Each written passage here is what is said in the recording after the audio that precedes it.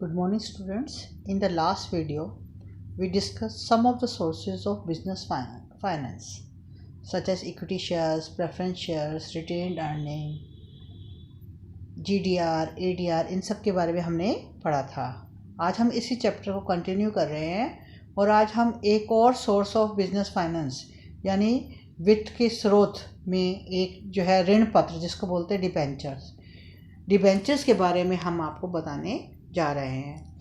सबसे पहले डिबेंचर्स जो है एक जो है डेब्ट इंस्ट्रूमेंट है। डेब्ट का मतलब ऋण पत्र है जो कि लंबे समय से के लिए जो हमें अगर ऋण चाहिए जो है पैसा चाहिए उसके लिए जो है इशू किया जाता है।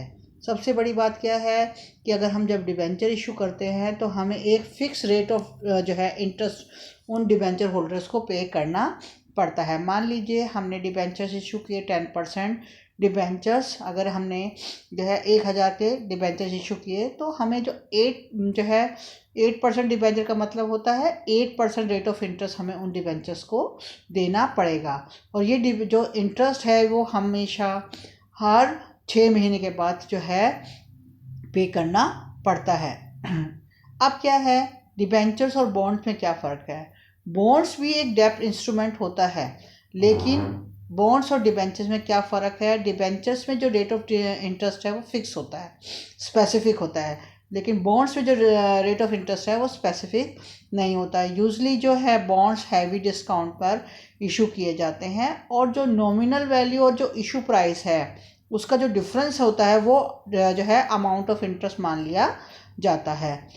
जो है एज़ पर कंपनीज एक्ट 2013 के अकॉर्डिंगली डिबेंचर का मतलब डिबेंचर स्टॉक भी है, बॉन्ड्स भी है और कोई भी इंस्ट्रूमेंट जो है कंपनी इशू करती है जिससे कि डेप्थ का पता चलता है। और डिबेंचर्स हमेशा जो है सिक्योर्ड होते हैं। These are charge on the asset of the company और नॉट। कई बार ये चार्ज है सिक्योर्ड भी होते हैं, कई बार ये फ्लोटिंग चार्ज भी होता है और कई बार ये जो है आपका जो है फिक्स चार्ज भी होता है।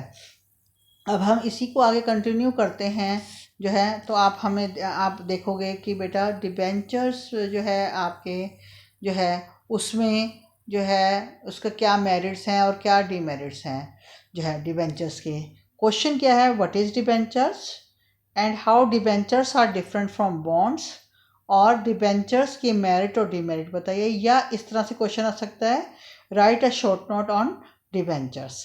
तो इसमें आपको जब भी शॉर्ट नोट आता है तो उसके बारे में पूरा लिखना पड़ता है। अब मेरिट्स क्या हैं कि अगर हमें डिबेंचर्स जो हैं इशू करते हैं तो हमें जो है आसानी से जो है पैसा मिल जाता है। फिर डिबेंचर्स का जो है कोई कंट्रोल या दखल अंदाजी कंपनी की वर्किंग में नहीं होती जो है, इसलिए control of equity share doesn't diluted because debenture do not have any voting right नहीं होता है, ये इंटरफेयर नहीं करते कंपनी की वर्किंग में।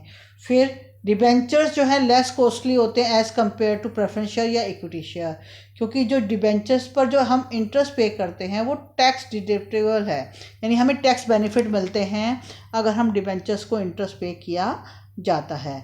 तो यूजली जो है कंपनीज जो हैं डिबेंचर्स को इशू करने के लिए जो है इशू करती हैं ताकि एक इक्विलिब्रियम बना सके। ये नहीं होता कि सारे फंड्स जो हैं आपको पैसा चाहिए बिजनेस को तो सारे फंड आप इक्विटी शेयर से खरीदें या लें या इक्विटी शेयर इशू करें या प्रेफरेंस शेयर इशू करें। आप कई बार डिबेंचर भी इशू करते हैं ताकि जो नेटवर्थ है इक्विटी शेयर होल्डर की वो भी बढ़ सके। ये आपको कंसेप्ट 12th में ज़्यादा अच्छी तरह से समझ आएगा। अब इसकी कमियां क्या हैं अगर हम डिबेंचर्स इशू करते हैं, इसकी डीमेरिट्स क्या हैं? रिस्की होते हैं क्योंकि चाहे प्रॉफिट हो या ना हो हमें इंटरेस्ट जो है कंपनी को पे करना ही पड़ता है। वी हैव टू पे इंटरेस्ट ऑन डिबेंचर्स। अगर आपने डिबेंचर्स इशू करे हैं तो आपको इंटरेस्ट पे करना ही पड़ेगा। और in case of redeemable debenture आपको उसकी प्रिंसिपल अमाउंट भी पे करना पड़ेगा। प्रिंसिपल अमाउंट का मतलब है जितने की आपने डिबेंचर्स इशू किए हैं टुगेदर विद द इंटरेस्ट। तो और तीसरी बात यह है कि ये चार्ज ऑन एसेट है, यानी कि हमेशा जब भी हम डिबेंचर्स इशू करते हैं वो सिक्योर्ड होते हैं, तो वो किसी न किसी एसेट को हम मॉर्गेज रखते हैं उन डिबेंचर के अगेंस्ट। तो इस तरह से जो है डिबेंचर्स की डिमेरिट्स भी हैं। 3 डिमेरिट्स और 3 लिमिटेशन आप अच्छी तरह से कर लीजिए। नेक्स्ट क्वेश्चन है कि डिबेंचर्स और शेयर में क्या फ़र्क है। देखो, शेयर्स तो हैं आपकी ओन कैपिटल यानी ओनर्स की कैपिटल होती है, और ये डिबेंचर आपकी बोरोड कैपिटल है यानी उधार जब हम लेते हैं। तो शेयर होल्डर जो है ओनर्स होते हैं, डिबेंचर होल्डर हमारे क्रेडिटर्स होते हैं। रिटर्न हमेशा बेसिस जरूर करना है आपको, बिना बेसिस के कोई भी डिफरेंस नहीं होगा। तो नेक्स्ट क्वेश्चन है कि डिबेंचर और शेयर्स में क्या फ़र्क है जो है। अब ऋण पत्र और आपकी जो है अंश पूंजी में क्या फ़र्क है। अब रिटर्न शेयर होल्डर्स को क्या मिलता है, डिविडेंड मिलता है। डिबेंचर होल्डर को क्या मिलता है बदले में, जब वो इशू करते हैं उनको इंटरेस्ट मिलता है। रीपेमेंट जो है, आप शेयर्स को जब तक रीपे नहीं करो जब तक कंपनी ख़त्म नहीं हो जाती, यानी कि हम लाइफ लॉन्ग उस पैसे को यूज़ कर सकते हैं। लेकिन डिबेंचर्स को हमें रीपे करना पड़ता है आफ्टर स्पेसिफिक पीरियड। कितने पीरियड के लिए आपने इशू किया, 5 साल के लिए, 7 साल के लिए, उसके बाद आपको उसे रीपे करना पड़ता है। वोटिंग राइट जो है शेयर होल्डर के पास होता है, डिबेंचर होल्डर के पास नहीं होता।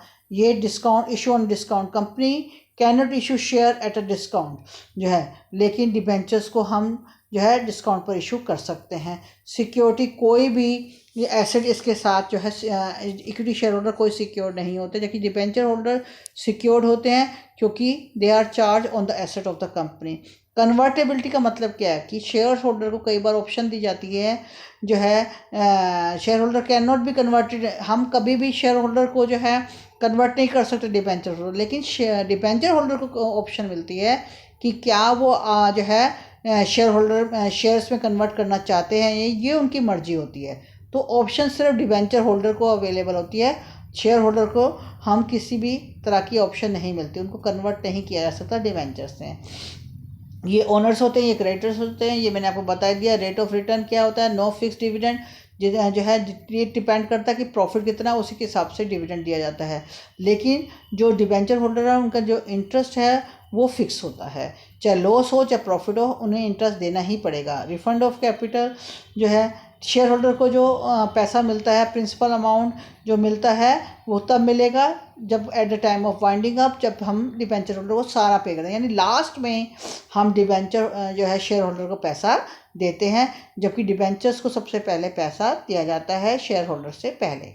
तो इस तरह से आपको ये डिफरेंस जो है आने चाहिए। अगर नेक्स्ट क्वेश्चन देखें कि और कौन कौन से सोर्सेज हैं जहाँ से बिजनेस जो है ऋण प्राप्त कर सकता है अपने व्यवसाय के लिए, तो the various other sources of financial जो है लोन्स जो हैं, एक व्यवसाय और कौन कौन से स्रोतों से जो है ऋण प्राप्त कर सकता है, उसको हम बोलते हैं लोन फ्रॉम फाइनेंशियल इंस्टीट्यूशंस के द्वारा भी जो है बिजनेस जो है लोन प्राप्त कर सकता है।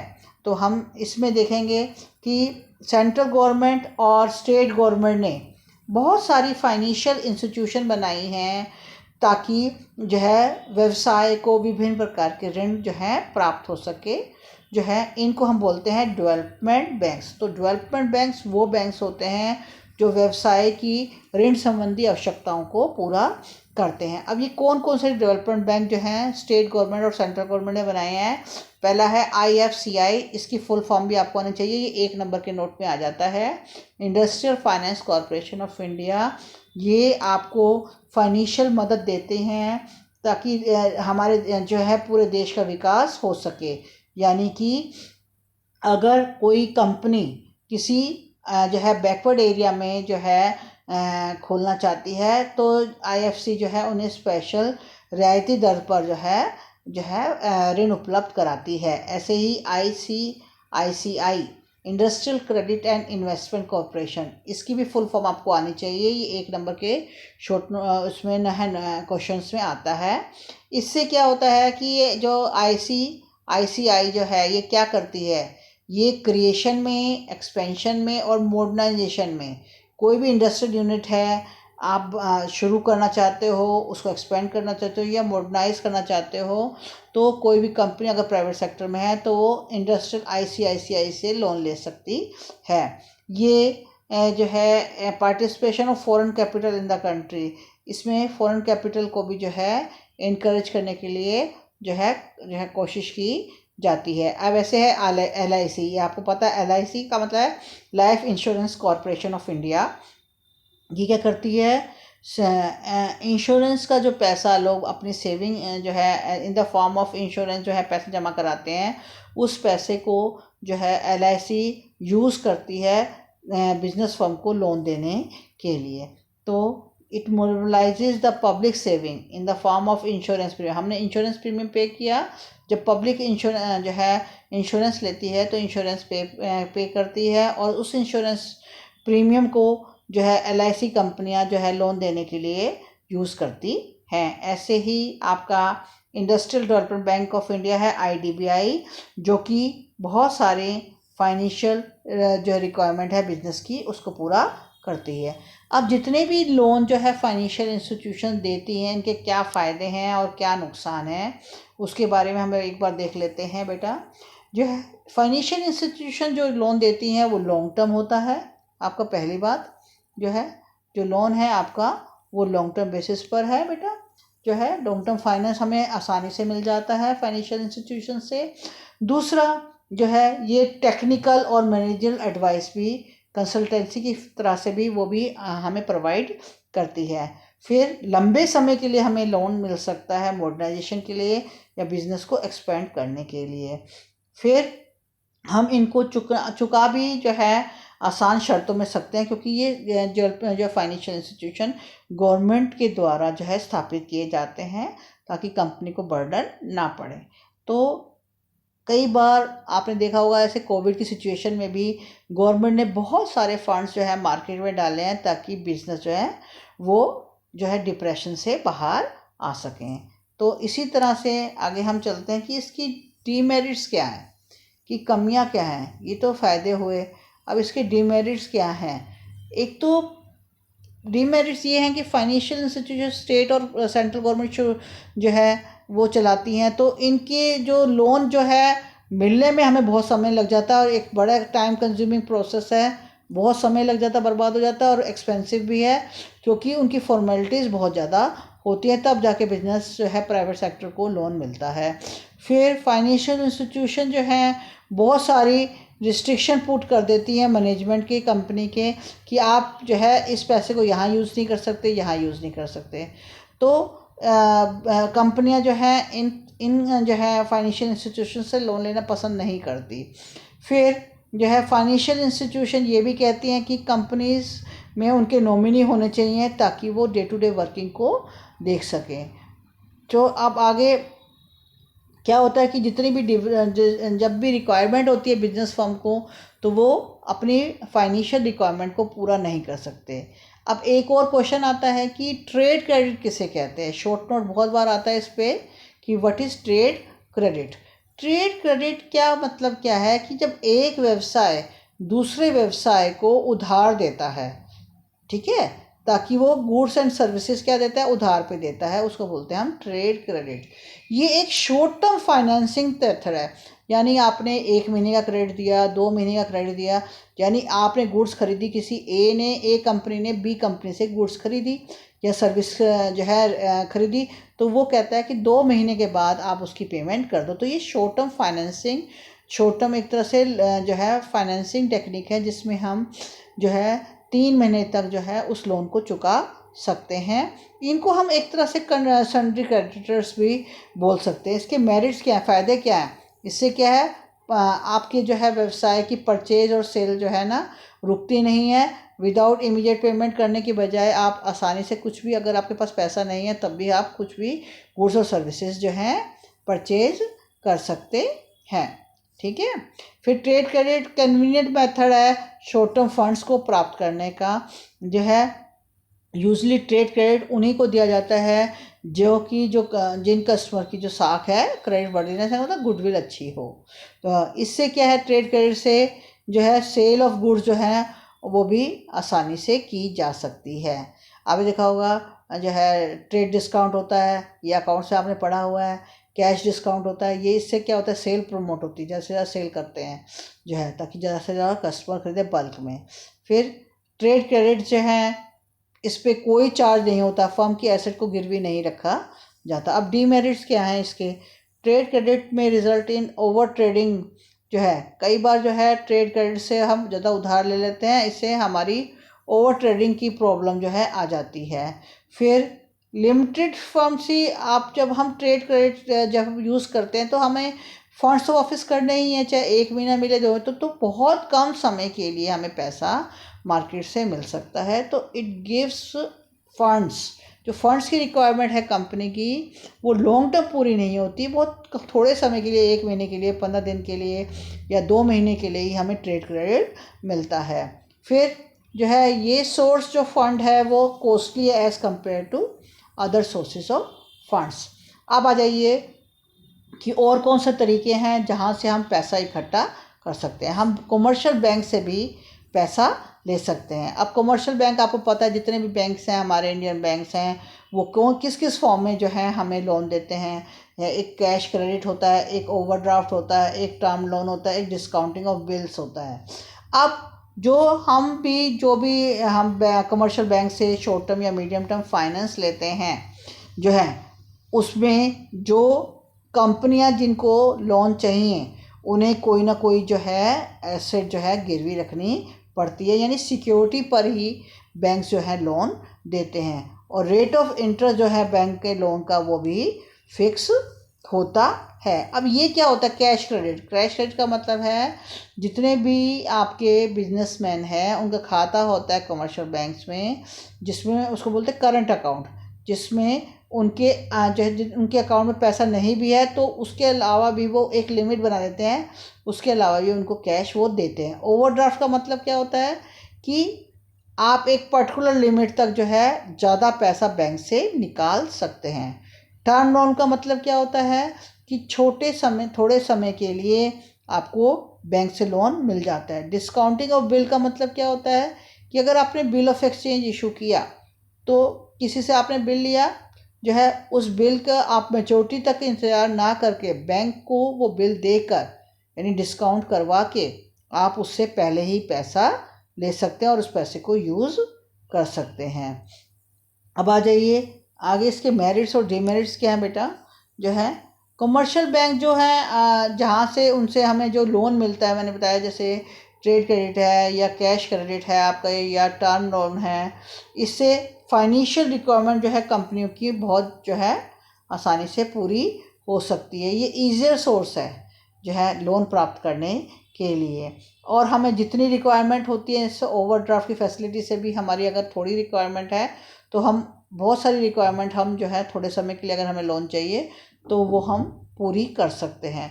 और हम सिक्रेसी भी मेंटेन करते हैं जो है लोन टेकन जो है, क्योंकि हमें ही पता है कि कहाँ से हमने कितना लोन लिया या बैंक को पता है। अब इसके डिमेरिट्स देखें कि क्या कमियां हैं अगर हम बैंक से लोन लेते हैं, कि थोड़े ही समय के लिए लोन मिलता है या तो मीडियम टर्म के लिए बहुत कम समय के लिए मिलता है। फिर कोई ना कोई अगर आप लोन लेते हैं बैंक से तो आपको एक जो है सिक्योरिटी एसेट के तौर पर या गिरवी रखनी पड़ती है। फिर कंडीशंस जो है बैंक भी बहुत सारे इम्पोज करता है, बिफोर फॉर्मेलिटी भी बहुत होती है, इसलिए बहुत टाइम भी लग जाता है, जो है डिटेल प्रोसीजर होता है, आसानी से बैंक से लोन भी नहीं मिलता। अब नेक्स्ट सोर्स ऑफ अगर हम फंड्स देखें कि कहाँ से और जो है बिजनेसमैन फंड्स की अपनी रिक्वायरमेंट को पूरा कर सकते हैं, उसको बोलते हैं पब्लिक डिपॉजिट। जैसे आपको टर्म दिख रही है इस पर भी एक शॉर्ट नोट है, what is public, right a short note on public deposit. अब पब्लिक डिपॉजिट का मतलब क्या है कि पब्लिक जो है पैसा कंपनियों में लगाती है और जो है कंपनियों की शॉर्ट टर्म रिक्वायरमेंट जो है पूरी हो जाती है। ये पैसा जो कंपनी जो है पब्लिक के द्वारा लगाया जाता है, ये जो पैसा लगाया जाता है ये 6 महीने से 3 साल तक के लिए होता है। यानी पब्लिक से पैसा प्राइवेट कंपनियां इकट्ठा करती हैं और बदले में उनको इंटरेस्ट देती हैं, उसको बोलते हैं हम पब्लिक डिपॉजिट। यूजुअली जो है पब्लिक डिपॉजिट जब भी जो है कंपनियां इशू करती हैं, जो रेट ऑफ इंटरेस्ट है वो बैंक से ज़्यादा होता है ताकि लोग अट्रैक्ट हों कंपनियों में पैसा लगाने के लिए जो है। तो एक ये चीज़ है। फिर यह है कि बैंक ऑफ जो है ना पब्लिक डिपॉजिट जो है ये रेगुलेट होता है, आरबीआई इसको रेगुलेट करती है। Public deposit can not exceed 25% of the share capital and free reserve. तो कोई भी कंपनी अपनी शेयर कैपिटल के 25% शेयर कैपिटल या फ्री रिजर्व से ज़्यादा जो है पब्लिक डिपॉजिट जो है इकट्ठा नहीं कर सकती। अब इसकी क्या क्या फ़ायदे हैं आप पब्लिक डिपॉजिट जो है दोनों के लिए बेनिफिशियल है, जिसने पैसा दिया है और जिसने पैसा लिया है, प्राइवेट कंपनी भी और डिपॉजिटर भी, क्योंकि उसको इंटरेस्ट मिल जाता है और वो बैंक रेट से ज़्यादा होता है। और जो है कंपनियों के लिए क्या फ़ायदा है कि उन्हें जो है बिना किसी हसल के जो है बैंक से अगर वो लोन लेते हैं तो उन्हें जो है, या फाइनेंशियल इंस्टीट्यूशन से लोन लेते हैं तो उन्हें समय लगता है ज़्यादा, उनको महंगा पड़ता है, उन्हें जो है एसेट गिरवी रखनी पड़ती है। लेकिन इनको जो है पब्लिक डिपॉजिट से आसानी से पैसे की रिक्वायरमेंट पूरी हो जाती है। फिर जो पब्लिक डिपॉजिट हैं, जो डिपॉजिटर है, उनका कोई वोटिंग राइट नहीं होता, तो कंपनी का कंट्रोल भी उनके हाथों से नहीं जाता। फिर जो है कोई भी चार्ज एसेट का नहीं होता, वो मैंने अभी आपको बता ही दिया। अब लिमिटेशन देखें, अगर लिमिटेशन देखें जो है ये टैक्स सेविंग भी है। Interest paid on public deposit is deductible from tax, यानी टैक्स सेविंग के पॉइंट ऑफ व्यू से पब्लिक डिपॉजिट भी अच्छा माना जाता है। अगर हम लिमिटेशन देखें तो न्यू कंपनियां जो हैं बहुत मुश्किल होती है उन्हें पब्लिक से पैसा इकट्ठा करने के लिए। पब्लिक डिपॉजिट उन्हीं को मिलता है जो काफ़ी रिपोर्टेड कंपनियां हैं, जैसे टाटा है, बिरला है, इनको आसानी से पब्लिक से पैसा मिल जाता है, क्योंकि कंपनियां जो है पैसा प्राप्त करने के लिए लोग भी ये देखते हैं कि कंपनी पुरानी है, उनका पैसा तो नहीं मर जाएगा, इसलिए तो नई कंपनियों के लिए बहुत मुश्किल होता है जो है पैसा प्राप्त करना। फिर ये अनरिलायबल सोर्स ऑफ फाइनेंस है। जो है अगर पब्लिक डिपॉजिट इशू जो है आपने चाहते भी हैं तो पता नहीं मिले या ना मिले, ये पब्लिक पे डिपेंड करता है। फिर मैक्सिमम लिमिट अभी आपको मैंने बताया कि कितना पैसा वो रेज कर सकते हैं पब्लिक डिपॉजिट से, वो maximum 25% of share capital and free reserve है। इससे ज़्यादा वो पब्लिक डिपॉजिट से पैसा नहीं इकट्ठा कर सकते हैं, और बहुत कम शॉर्ट पीरियड के लिए ही रिक्वायरमेंट जो है पब्लिक डिपॉजिट से पूरा हो सकती है। नेक्स्ट क्वेश्चन जो आता है कि क्या डिफरेंस है पब्लिक डिपॉजिट और बैंक लोन में। पब्लिक डिपॉजिट यूजली अनसिक्योर्ड होते हैं, यानी कोई चार्ज नहीं होता एसेट का इसके ऊपर, यानी गिरवी नहीं रखनी पड़ती। लेकिन बैंक लोन अगर लेते हैं तो सिक्योर्ड होते हैं। सिक्योर्ड का मतलब है एसेट को गिरवी रखना पड़ता है। रेट ऑफ इंटरेस्ट जो पब्लिक डिपॉजिट पर क्या है कंपैरेटिवली लो होता है, लेकिन अगर हम बैंक से लोन लेते हैं तो लोन पर जो रेट ऑफ इंटरेस्ट है वो ज़्यादा होता है। पब्लिक डिपॉजिट जो है govern by the companies act and central government. Commercial bank जो है जो लोन देते हैं उनको आरबीआई के रूल्स एंड रेगुलेशन फॉलो करने पड़ते हैं। मैक्सिमम पीरियड जो पब्लिक डिपॉजिट का है वो अप टू 3 ईयर है, यानी 3 साल से ज़्यादा आप पब्लिक डिपॉजिट नहीं इशू कर सकते। लेकिन जो बैंक फाइनेंस है वो शॉर्ट टर्म भी हो सकता है और मीडियम टर्म भी हो सकता है। ये बैंक लोन सभी प्रकार की कंपनियां के लिए जो है आसानी से मिल जाता है, लेकिन पब्लिक डिपॉजिट उन्हीं कंपनियों को मिलता है जो कि जो है रेपुटेड है, यानी बड़ी बड़ी कंपनियां ही जो है इससे प्राप्त कर सकती हैं। एक जल्दी से रिकैप करते हैं कि जो है सोर्सेज ऑफ फंड्स अगर on the basis of period आता है तो ये पीरियड का मतलब कितने समय पे। अगर हम लॉन्ग टर्म फंड्स देखें तो लॉन्ग टर्म फंड्स में क्या है, इक्विटी शेयर है, रिटेन अर्निंग है, लोन फ्रॉम फाइनेंशियल इंस्टीट्यूशन है, प्रेफरेंस शेयर है, डिबेंचर और बॉन्ड्स हैं। मीडियम टर्म फंड्स देखें अगर टाइम के हिसाब से, ये जो लॉन्ग टर्म फंड्स हैं ये ओवर अ पीरियड ऑफ आपका जो है ये लंबे फिक्स एसेट को ख़रीदने के लिए, और ये 5 साल से ज़्यादा के लिए लॉन्ग टर्म लोन जो है लिए जाते हैं। मीडियम टर्म लोन जो है 1 साल से ज़्यादा के होते हैं, यानी 1 से 3 साल तक का हम कह सकते हैं। इसमें बैंक के लोन आ गए, फाइनेंशियल इंस्टीट्यूशंस आ गई आपकी जो है, और public depositor. Short term loans में आपका बैंक ओवरड्राफ्ट आ गया, ट्रेड क्रेडिट आ गया, या लोन फ्रॉम कमर्शियल बैंक हो गया, जिसमें 1 साल से कम पीरियड के लिए हम लोन लेते हैं। अगर हम sources of funds on the basis of generation जो है सोर्स ऑफ जनरेशन, तो उसके बेसिस पे अगर हम करते हैं तो इस तरह के क्वेश्चन कई बार आते हैं कि आपको बेसिस बता देते हैं पीरियड के हिसाब से बताइए या सोर्सेज ऑफ जनरेशन के हिसाब से बताइए। तो इसको कैसे करते हैं। इंटरनल सोर्सेज क्या है, इंटरनल सोर्सेज है इक्विटी शेयर है, रिटेन अर्निंग है आपकी, ये आपके जो फंड्स हम बिजनेस के अंदर से प्राप्त करते हैं। एक्सटर्नल सोर्सेज है जो बाहर से हम फंड प्राप्त करते हैं, जैसे आप लोन लेते हैं बैंक से, प्रेफरेंस शेयर है, डिबेंचर है, बॉन्ड्स है, पब्लिक डिपॉजिट है, ट्रेड क्रेडिट है, ये बिजनेस के बाहर से प्राप्त किए जाते हैं। कितने तरह के शेयर होते हैं, प्रेफरेंस शेयर एक क्यूमुलेटिव होते हैं जिसमें इंटरेस्ट जो है जुड़ता रहता है। अगर 1 साल में इंटरेस्ट नहीं है तो अगले साल जो है उसका इंटरेस्ट जो है जुड़ जाता है। नॉन कम्युलेटिव शेयर में जो है इंटरेस्ट जो है जुड़ता नहीं है। पार्टिसिपेटिंग प्रेफरेंस शेयर क्या होते हैं, इनका रेट ऑफ इंटरेस्ट फिक्स होता है और इनको पार्टिसिपेट किया जाता है इक्विटी शेयर होल्डर की तरह से, यानी ये वर्किंग में, कंपनी की वर्किंग में पार्टिसिपेट कर सकते हैं। नॉन पार्टिसिपेटिंग शेयर जो है कंपनी की वर्किंग में पार्टिसिपेट नहीं कर सकते। अगर कोई सरप्लस फंड रह जाता है, यानी इनका रेट ऑफ इंटरेस्ट क्या होता है, प्रेफरेंस शेयर का रेट ऑफ इंटरेस्ट क्या होता है, फिक्स होता है। लेकिन अगर आपका प्रॉफिट बच जाता है फिक्स डिविडेंड देने के बाद भी और इक्विटी शेयर होल्डर को पे करने के बाद भी, तो भी जो है ये पार्टिसिपेट उस प्रॉफिट में नहीं कर सकते। कन्वर्टेबल प्रेफरेंस शेयर क्या होते हैं, इन शेयर होल्डर को ऑप्शन दी जाती है कि क्या वे इक्विटी शेयर में कन्वर्ट करना चाहते हैं। नॉन कन्वर्टेबल प्रेफरेंस शेयर को कभी भी ऑप्शन नहीं मिलती कि इक्विटी शेयर में वो कर सकते हैं या नहीं। रिडीमेबल प्रेफरेंस शेयर का मतलब क्या है, जिनकी हमें पेमेंट करनी है, यानी इनकी पेमेंट करनी है आफ्टर पर्टिकुलर पीरियड, 5 साल, 7 साल, 10 साल। इरिडीमेबल का मतलब है ये लंबे समय के लिए होते हैं, ये कंपनी की लाइफ टाइम तक, यानी जब तक कंपनी ख़त्म नहीं हो जाती तब तक ये प्रेफरेंस शेयर होल्डर जो है कंपनी के पास रहेंगे, इनके पैसे हमें नहीं देने होते। ऐसे ही कई तरह के डिबेंचर होल्डर होते हैं। सिक्योर्ड का मतलब है जिनका आपका एसेट्स गिरवी रखते हैं हम। अनसिक्योर्ड जिसमें हमें कोई फिक्स चार्ज नहीं होता एसेट पर। कन्वर्टेबल का मतलब है इन डिबेंचर होल्डर को ऑप्शन दी जाती है क्या वो कन्वर्ट करना चाहते हैं इक्विटी शेयर होल्डर में या नहीं। नॉन कन्वर्टेबल होल्डर को कोई भी ऑप्शन नहीं मिलती इक्विटी शेयर होल्डर में कन्वर्ट करना। रजिस्टर का मतलब इनकी सारी डिटेल कंपनी के रजिस्टर में होती है रजिस्ट्रार के पास। बेयर शेयर होल्डर का मतलब है कि डिलीवरी से ही जो है इन शेयर होल्डर को आसानी से ट्रांसफ़र किया जा सकता है। फर्स्ट डिबेंचर का मतलब है जो है जिनको हम रीपे करते हैं पहले बाकी डिबेंचर्स होल्डर को बाद में इनकी पेमेंट की जाती है। सेकेंड डिबेंचर्स की they are paid after the first debentures are paid. फिर स्पेसिफिक कूपन रेट डिबेंचर क्या होते हैं, इनका जो रेट ऑफ इंटरेस्ट है वो फिक्स होता है।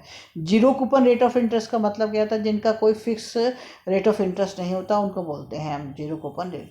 अब एक और टर्म है आपकी फैक्टरिंग। फैक्टरिंग एक फाइनेंशियल सर्विस है जो कि वेरियस सर्विसेज के बदले में फैक्टर जो है चार्ज करता है। यानी आप सर्विस लेते हो कहीं से आउटसाइड से और बदले में आपको जो है पैसे देने पड़ते हैं। जैसे आपने डिस्काउंटिंग ऑफ बिल है, जैसे बैंक आपके बिहाफ पर जो है बहुत सारे बिल को कलेक्ट करता है तो बदले में क्या लेगा, आपसे चार्ज करेगा, पैसे चार्ज करेगा। ऐसे ही प्रोवाइडिंग, कई बार कंसल्टेंसी की सर्विस देते हैं बैंक जो है आपको, जैसे offering consultancy service in the field of finance marketing. तो जो भी सर्विस आप बैंक से लेते हैं उसके बदले में वो पैसे चार्ज करते हैं। ऐसे ही कई बार हमें इंफॉर्मेशन चाहिए about the credit worthiness, about the client, किसी क्लाइंट के बारे में हमें पता करना है, उसकी हिस्ट्री के बारे में पता करना है, तो भी बैंक जो है बहुत सारी ऐसी कंपनियां होती हैं जो ये सर्विस प्रोवाइड करती हैं। अब क्या है, फैक्टरिंग ये एक चीपेस्ट सोर्स ऑफ फाइनेंस है देन द फैक्टरिंग से हमें जो है फाइनेंशियल सर्विस मिलती है, ठीक है। इससे ये cheaper source of financing than bank credit, और इससे पैसा भी आ जाता है हमारे पास। हमारे बैड डेट्स जो हैं उसके चांसेस कम होते हैं। डिमेरिट्स क्या हैं कि इसमें जो इन एक्सपेंसिव सोर्स है ये, इसमें पैसा बहुत कम अमाउंट में आता है। फैक्टर जो है थर्ड पार्टी है जो है, और जो है आसानी से हम जो है इससे डील करने में कंफर्टेबल नहीं होते। नेक्स्ट टॉपिक है आपका लीज फाइनेंसिंग। लीज का क्या मतलब होता है कि यहाँ ओनर जो है जिसके पास एसेट है वो एक राइट, अपनी एसेट को यूज़ करने का राइट किसी और पर्टिकुलर पार्टी को देता है। यानी लेसी कौन होता है, जो कि उस एसेट को यूज़ करेगा। लेसर कौन होता है, जिसकी एसेट है। तो लीज फाइनेंसिंग में हम जो है ओनर ये राइट देता है किसी और को कि वो, यानी अपनी एसेट किराए पे देता है एक पर्टिकुलर टाइम के लिए, उसको लेसी बोलते हैं, ठीक है। और लेसर कौन होता है, जिसकी एसेट होती है। मान लीजिए आपके पास कार है, तो आपने कार को क्या किया, लीज पे दे दिया, तो जिसको दिया वो लेसी हो जाएगा और जिसकी कार है वो लेसर होता है, और उसके बदले में वो फिक्स जो है पेमेंट उसको मिलेगी जो है।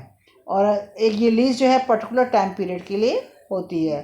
तो इससे बहुत सारी कंपनियां जो है, कई बार पैसा नहीं होता तो कंप्यूटर पार्ट्स या इलेक्ट्रॉनिक इक्विपमेंट्स जो हैं खरीद लेते हैं। फिर लीज फाइनेंसिंग से आप जो है कोई भी एसेट को एक्वायर कर लेते हो बिना किसी पैसे को लगाए हुए।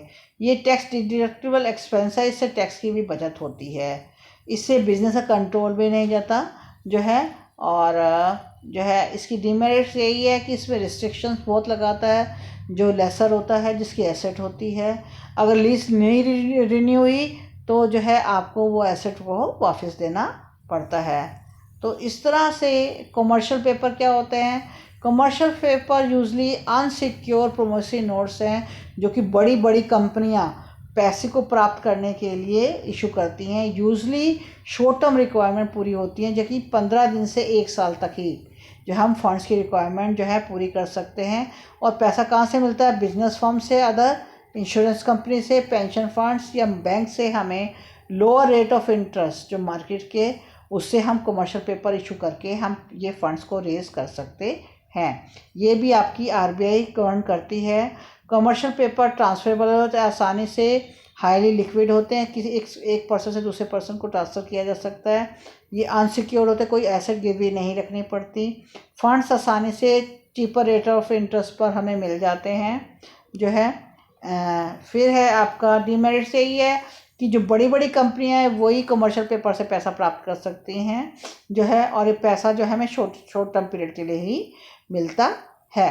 तो अब factor affecting choice of funds कि हमें किन किन जो है बातों का ध्यान रखना चाहिए फंड्स को लेते हुए। कॉस्ट देखनी चाहिए कि कॉस्ट कितनी आ रही है। मान लीजिए इक्विटी शेयर इशू करें, डिबेंचर इशू करें, तो इन सब को प्राप्त करने में कॉस्ट कितनी आती है, या बैंक से लोन लें तो ये कॉस्ट बहुत इंपॉर्टेंट फैक्टर है जो है। अब ऐसे ही फाइनेंशियल स्ट्रेंथ और स्टेबिलिटी ऑफ द ऑपरेशन, अगर कंपनी फाइनेंशियली स्ट्रॉन्ग है तो वो डिबेंचर इशू कर सकती है, अगर फाइनेंशियली स्ट्रॉन्ग नहीं है तो वो इक्विटी शेयर इशू करे। फॉर्म ऑफ द ऑर्गेनाइजेशन जो है, अगर पार्टनरशिप फर्म है तो वो इक्विटी शेयर इशू नहीं कर सकती, एक जॉइंट स्टॉक कंपनी है वो आसानी से इशू कर सकती है। ऐसे ही टाइम पीरियड है, अगर शॉर्ट टर्म के लिए करना है तो कौन सा फंड इशू करे, कौन सा फंड जो है मार्केट से ले जो है। अगर लॉन्ग टर्म के लिए करना है तो शेयर इशू करे, अगर शॉर्ट टर्म के लिए करना है तो डिबेंचर इशू कर सकती है। फिर रिस्क देखना होता है कि रिस्क कितना है उस स्रोत को प्राप्त करने के लिए। जैसे इक्विटी शेयर होते हैं लेस रिस्की होते हैं, लेकिन डिबेंचर होल्डर बहुत उसमें रिस्क होता है। कंट्रोल किस में ज़्यादा होता है? इक्विटी शेयर में ज़्यादा कंट्रोल होता है क्योंकि इक्विटी होल्डर जो है वोटिंग राइट होता है, लेकिन डिबेंचर होल्डर जो है वो इंटरफेयर नहीं करते कंपनी में, और टैक्स बेनिफिट भी मिलता है। आई होप आपको ये सब चीज़ें क्लियर हो गई होंगी। मैंने साथ साथ इस लेसन के आपको क्वेश्चन ही बताए हैं जो आपको करने हैं। आप सब उसके नोट्स बनाइए और उसको प्रिपेयर करिए। Thank you so much.